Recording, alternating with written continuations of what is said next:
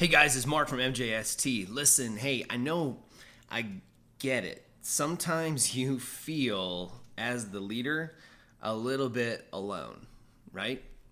As in, alone, you're stuck on an island and nobody knows where you are, nobody knows where your head is at, and nobody could possibly be screwing this up right now as badly as you are, right? I get it. I've spent the vast majority of the last decade experiencing mostly that.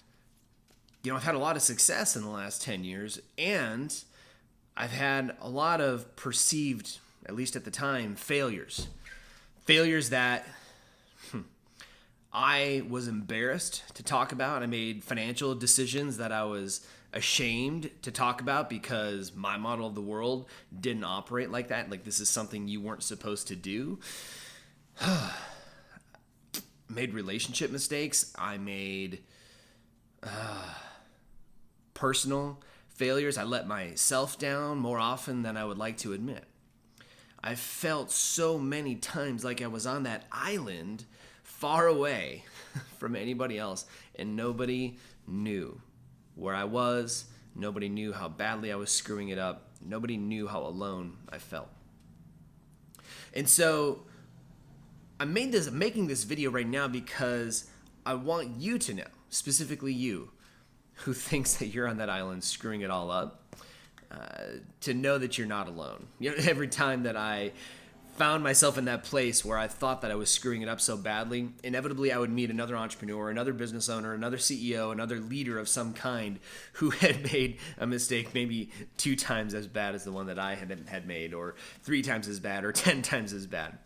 And, at the end of the day, what I came to realize is our mistakes aren't there to make us feel shame.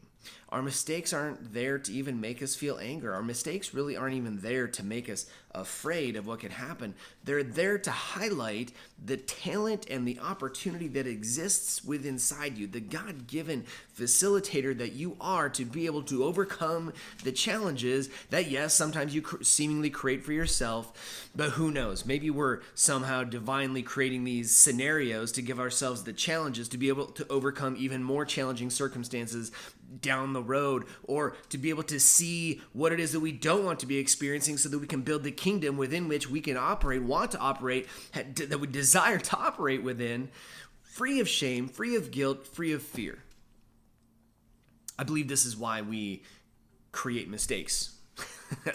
So that we can get better, so that we can battle test ourselves. So even when we start to feel alone, recognize that this is not you having done anything wrong exactly. What this is you perceive in your subconscious, I'm protecting myself from what I think other people, get it? I'm protecting myself from what I think other people will perceive about what I have done or failed to do. And this is why as leaders we put ourselves out on an island.